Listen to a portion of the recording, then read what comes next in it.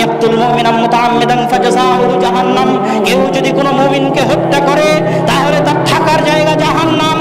এতটুকু বলাই যথেষ্ট ছিল আল্লাহর জন্য যে কেউ যদি কোনো মুমিনকে হত্যা করে তার থাকার জায়গা জাহান্নাম, কারো থাকার জায়গা জাহান্নাম হওয়াই যথেষ্ট ছিল। কিন্তু রক্ত যে মুমিনের, এই জন্য আল্লাহ থামলেন না। আল্লাহ বললেন খালিদান ফিহা, শুধু জাহান্নামে যাবে না, জাহান্নামে চিরস্থায়ী থাকবে। এতটুকু বলাও যথেষ্ট ছিল আল্লাহর জন্য। কিন্তু রক্ত যে মুমিনের, এই জন্য আল্লাহ থামলেন না।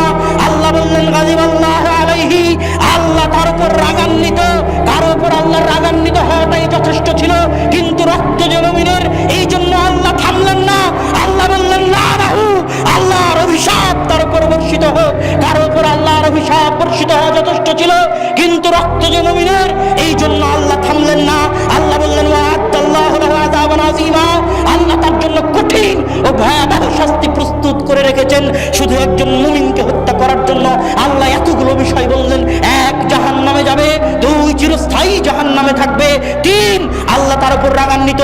চার, আল্লাহর অভিশাপ তার উপর বর্ষিত হবে। পাঁচ, তার জন্য আল্লাহ কঠিন শাস্তি প্রস্তুত করে রেখেছে। কেন? রক্ত মুমিনের তাই।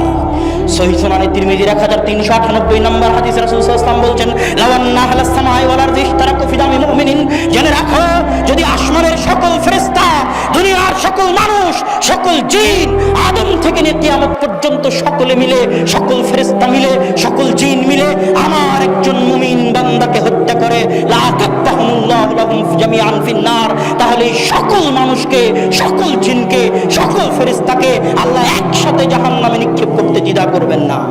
রক্ত মুমিনের তাই। আর এক হাদিসে রাসূল সাল্লাল্লাহু আলাইহি ওয়াসাল্লাম বলছেন লা যাওয়ালুদ দুনিয়া আও লা হাদামুল কাবা আহওয়ানু ইনদাল্লাহি মিন দামি মুমিনিন, আল্লাহ সুবহানাহু ওয়া তাআলার নিকটে কাবা ঘরের চাইতেও, সারা দুনিয়ার চাইতেও